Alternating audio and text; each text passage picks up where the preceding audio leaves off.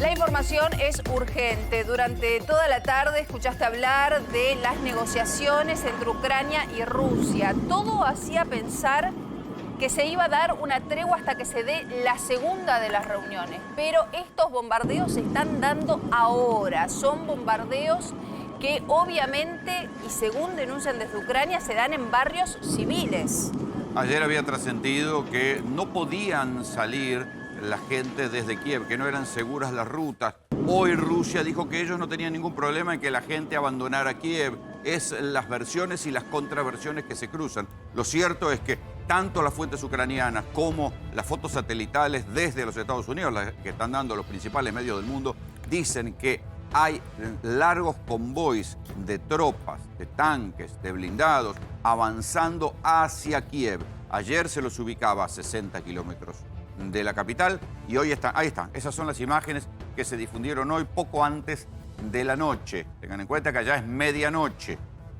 Son estas son las imágenes satelitales. O sea, te muestran que avanzaron 30 kilómetros, exactamente, la mitad del recorrido hasta Kiev. Y por eso se los ubica tan cerca de la capital.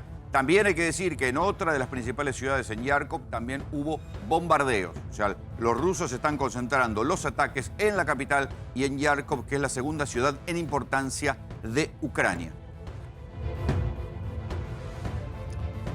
Y ya mismo vamos a tomar contacto con Alexander Slivchuk, que está en Kiev, es analista político y es miembro, en estos momentos, miembro de la defensa territorial del ejército ucraniano. Alexander, Rolando Graña y Soledad Largui, te saludamos desde aquí de Buenos Aires. ¿Cómo te va? Buenas noches. Buenas noches. ¿Cómo está la noche ahí? ¿Qué es lo que está pasando? De verdad, ahora más o menos tranquilo. Había un bombardeo hace 2 horas, pero ahora yo me quedé en mi apartamento y no escucho ningún sirena o un bombardeo peligroso. Alexander, este bombardeo que llegan las imágenes al mundo y que se están difundiendo en el mundo, ¿fue algo que sorprendió porque en medio se dio una reunión que prometía una segunda reunión? ¿Esperaban que se den estos bombardeos o sorprendieron a todos? Sí, porque aquí de verdad nosotros pensábamos que esa reunión sí podrá empezar algún alto el fuego, pero no logró. Los bombardeos de la ciudad de Kharkov pasaron durante las negociaciones y después también. Usted puede ver en el video en el mismo tiempo. Pues ahora mismo la guerra sí continúa, el ejército está luchando cerca de la capital y en la parte oriental y en la parte sur del país. O sea que mientras se hacían las negociaciones, se seguía bombardeando y seguían avanzando las tropas.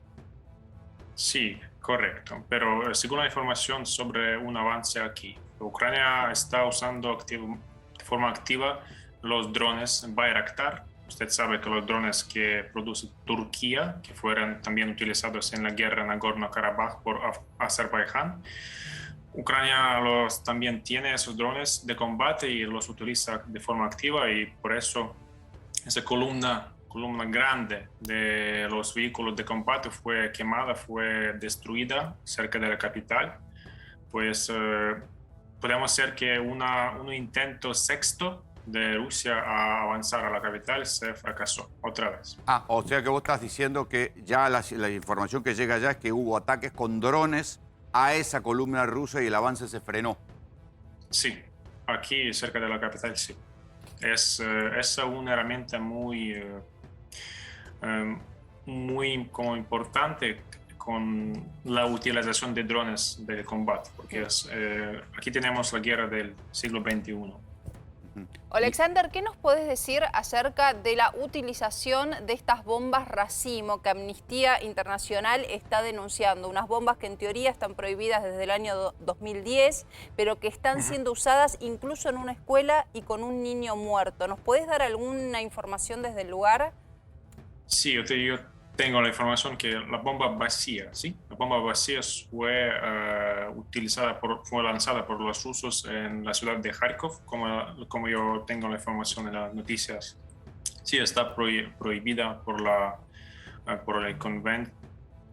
el derecho internacional, como decir. Todavía nosotros sí estamos calculando las evidencias como, para empezar algún proceso en el nivel internacional, porque Rusia utiliza aquí las armas prohibidas. A ver, vos contabas anoche que tenés que elegir cada noche si vas a un refugio o te quedás en tu casa. ¿De qué depende? Depende de la información que recibimos en nuestros celulares, en las aplicaciones urbanas sobre la situación ahora. De verdad, ahora mismo se suena el sereno, pero de verdad no tenemos ninguna notificación que vamos a tener bombardeo durante esa noche. Porque Kiev es una ciudad enorme. Ellos pueden bombardear los barrios más lejanos, más allá desde mi casa, pues ahora aquí yo no puedo escucharlo de forma tal. Pero yo me quedo en mi casa otra vez porque debo trabajar, debo informar a la gente en países hispanohablantes. Es muy importante que, como luchar en una guerra de información. ¿Qué es lo que se sabe del presidente Zelensky? ¿Cuándo fue la última comunicación? Sabemos que él utiliza en algunos momentos redes sociales para comunicarse con el pueblo, pero ¿qué es lo que se sabe de él?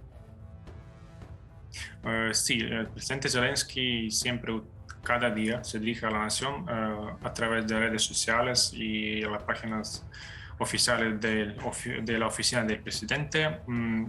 Hoy, de verdad, hay muchas noticias y hoy también el presidente habló sobre esas negociaciones. Que sí, aquí Ucrania, claro que está abierta a las negociaciones diplomáticas, pero nosotros no vamos como presidente. El presidente declaró que Ucrania no va a aceptar ningún ultimátum del Kremlin, porque o finalizamos la guerra y negociamos la paz, o continuamos lucharse hasta el final, hasta la victoria. Pues aquí nosotros no vamos a aceptar ningún ultimátum de Moscú. Cuando ahora está el toque de queda, o sea, vos en tanto varón no podés salir a la calle, ¿no? No se puede salir a la calle porque podrían ser atacados y confundidos con tropas enemigas. Pues la cosa es que los ejércitos, el ejército y la policía está, como las tropas, la defensa territorial está en las calles ahora, porque pues si nosotros salimos a la calle, ellos pueden como pensar que yo soy un saboteador o no sé, espío. Pues claro que la gente es muy nerviosa, cansado, pues yo no quiero provocar ningún conflicto con el ejército o policía, porque yo entiendo que ellos pueden disparar sin avisar. ¿Y hubo acciones de sabotaje ahí en Kiev? Sí, muchísimo. Hay muchos saboteadores, según la información. ¿Y qué hacen? ¿Qué cosas hacen, por ejemplo? Dejan los cruces rojos en los techos de edificios para informar a los aviones, las fuerzas aéreas del enemigo sobre la infraestructura aquí, en la infraestructura militar, en la infraestructura civil. Pues yo también verifiqué nuestro techo en nuestro edificio, por aquí no hay nada. También, o sea, que hay gente que se camufla con la población ucraniana, se sube a un techo y hace una marca roja.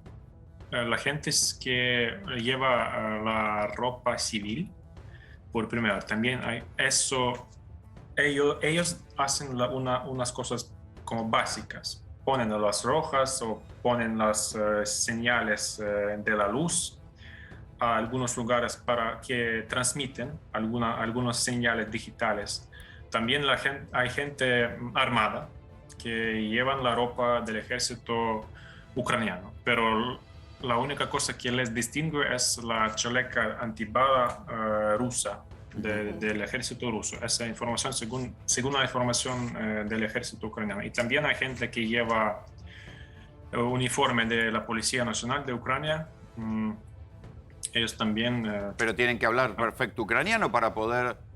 Es también una cosa interesante porque ellos no hablan ucraniano, pues hablan solo ruso. Y aquí, claro, Kiev es una ciudad bilingüe, pero el ejército y el gobierno nos ordenó hablar solo en ucraniano. Claro. Esos días hablamos solo O sea que en la vida ucraniano. cotidiana, por ejemplo, ¿vos sabés ruso aunque sos joven? Yo tengo 25 años, pero eso hablo ucraniano. Claro, porque ya sos posterior a la caída del muro de Berlín, ¿no? Digamos, cuando se modificaron los sistemas educativos. Sí, sí, correcto. Claro. Pero entonces, la orden igual es que solo se hable, aunque los mayores que son bilingües solo hablen en ucraniano.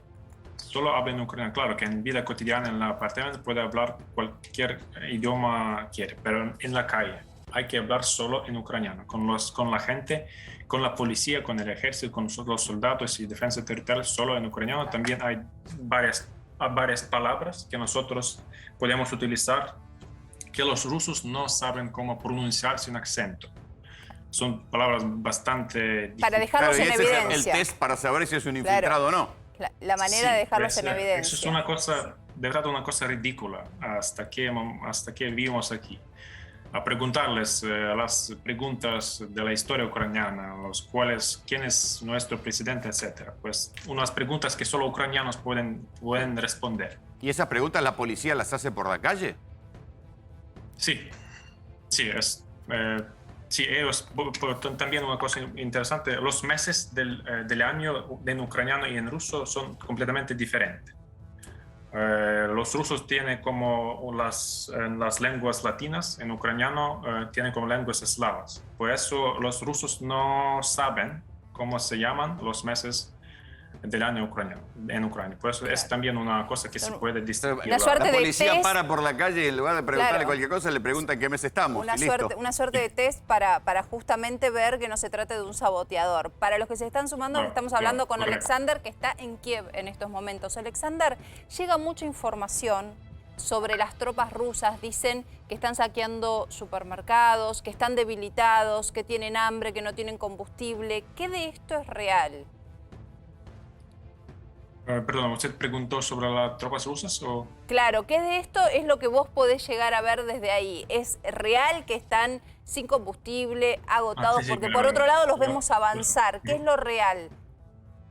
Claro, aquí en Kiev no hay tropas rusas, pues yo no veo ningún soldado rusos en las calles. Pero yo leo las noticias y también hay muchos soldados fueron detenidos porque no tenían petróleo, gasolinera en sus tanques. Y también sí, están quedados aquí como solos. No tienen bastante comida, bastante petróleo para avanzar, para ir, para ejecutar una guerra. Pues eso sí, eso es verdad, está pasando ahora en Ucrania. Los rusos tienen muchos problemas con la, ¿cómo decir?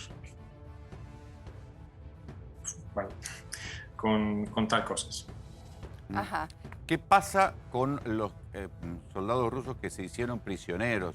¿Hay alguna idea de cuántos prisioneros y cuántos muertos hay entre las fuerzas rusas? Sí, hay información sobre los perdidos rusos por cosas. Los perdidos rusos como los soldados oficiales. Es más que 5.000 personas. Es una cosa un número enorme, pero hay que entender que Ucrania es un país grande, lo más grande de Europa por territorio, por eso hay batallas en diferentes partes del país, por eso ese número es tan grande. Las personas detenidas están detenidas en las cárceles, pues Ucrania es un país democrático, claro que no hay ningunos, ¿cómo decir? Sí, centros clandestinos.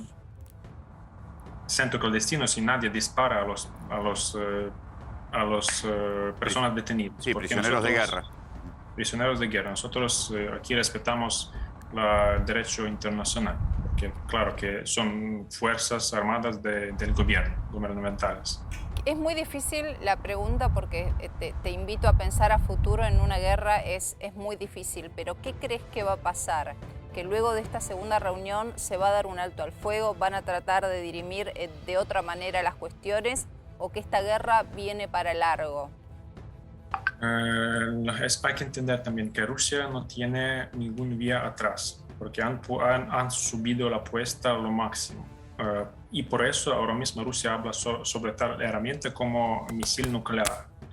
Si los rusos hablan sobre utilización de armas nucleares, eso significa que ellos no tienen ninguna otras herramientas para lograr en Ucrania, porque los rusos de verdad aquí sufren pérdidas. La potencia rusa es mucho exagerada por los medios de comunicación y ahora Ucrania lo demuestra. Esa guerra demuestra esa exageración de la potencial ruso. Y por eso creo que Ucrania necesita esperar unos días más, porque las sanciones económicas sí funcionan.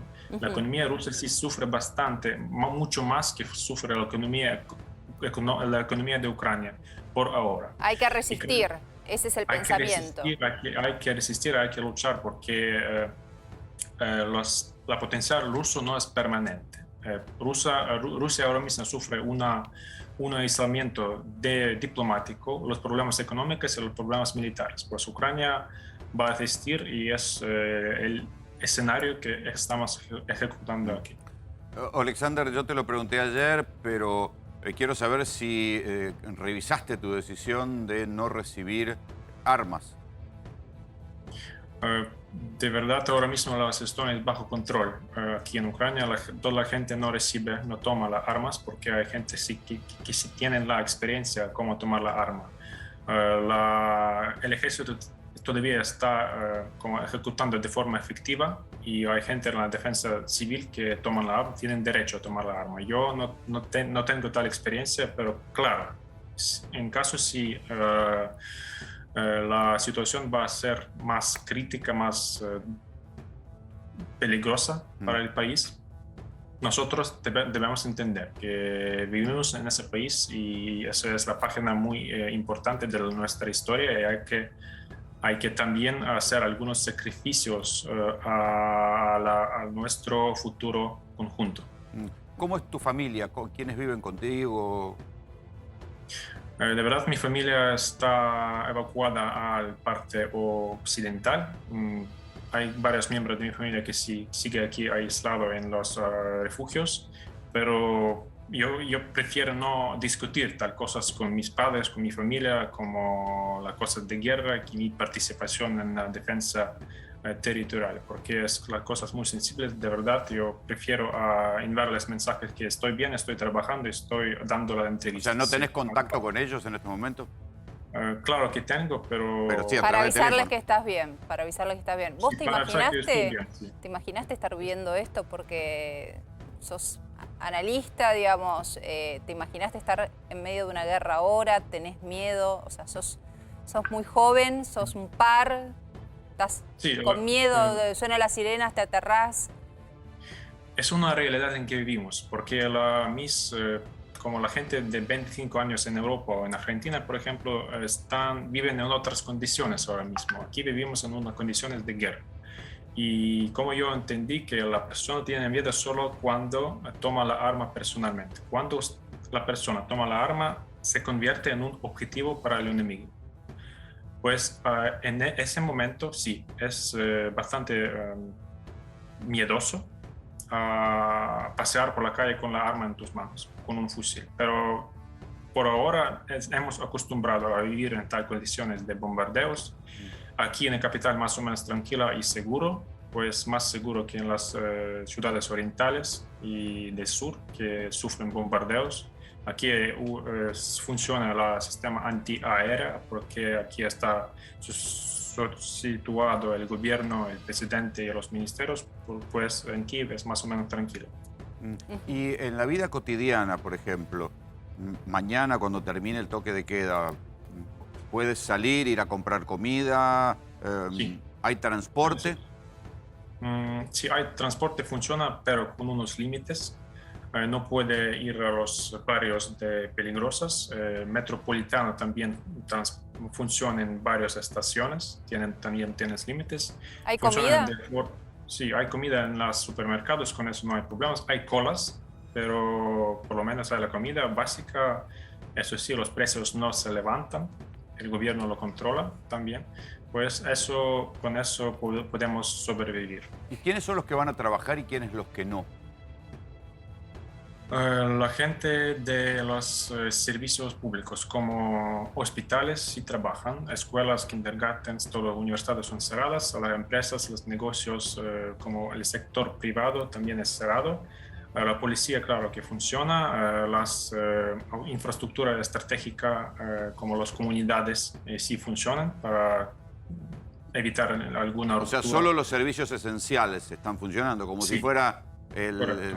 un lockdown en la pandemia. Claro. Sí, durante la cuarentena, sí. ¿Y en la calle se ven, por ejemplo, se ven niños o solo hay hombres? Hay gente con los perros que pasean por la calle. Es una razón para salir hoy. Claro que hay niños con sus padres, pero solo O sea, que no está totalmente evacuado, no es que se fueron las mujeres con los niños que huyeron, se ven todavía en la calle.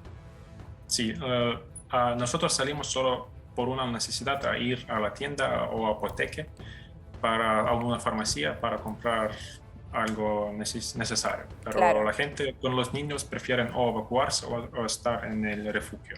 Alexander, en una guerra, parte de la guerra es la publicidad. De un lado y del otro hay hechos que son más bien publicidad, que sirven para intimidar al enemigo, que se plantan noticias que a veces no lo son. ¿Qué hay de cierto en estas brigadas que tienen como objetivo matar a Zelensky, matar a su mujer, matar a sus hijos? Hablan de brigadas rusas, de un ejército muy preparado, muy sanguinario. Hablan de chechenos también. ¿Qué hay de cierto en esto? De verdad, ese batallón de chechenos fue destruido ayer o anteayer. Esa es la información que tuvimos. Que los chechenos también sufren pérdidas aquí en la información. Es porque los chechenos tienen esa imagen muy peligrosa. Todo el mundo piensa que los chechenos son como unos sátanos. Ellos no son tan capaces, no son como los héroes de guerra. Aquí la gente también que tiene la experiencia y como ejecutan su profesión con éxito. Sobre la familia del presidente, sí, yo entiendo como analista político que la Rusia no puede lograr en Ucrania y por eso quiere capturar de forma práctica, como físicamente capturar el gobierno y el presidente para que Ucrania se rinde. Pero nosotros no sabemos dónde está la familia del presidente, creo que están en algún refugio protegido. El presidente sí queda en la capital porque cada día hace esas reuniones y se dirige a la nación y yo veo que está en su despacho por la imagen del video. Pues ayer también grabó un story en Instagram, pues vivimos un siglo XXI, el presidente grabó un story en Instagram desde el patio de la residencia presidencial, para que nosotros sabemos que el presidente sí queda en la capital.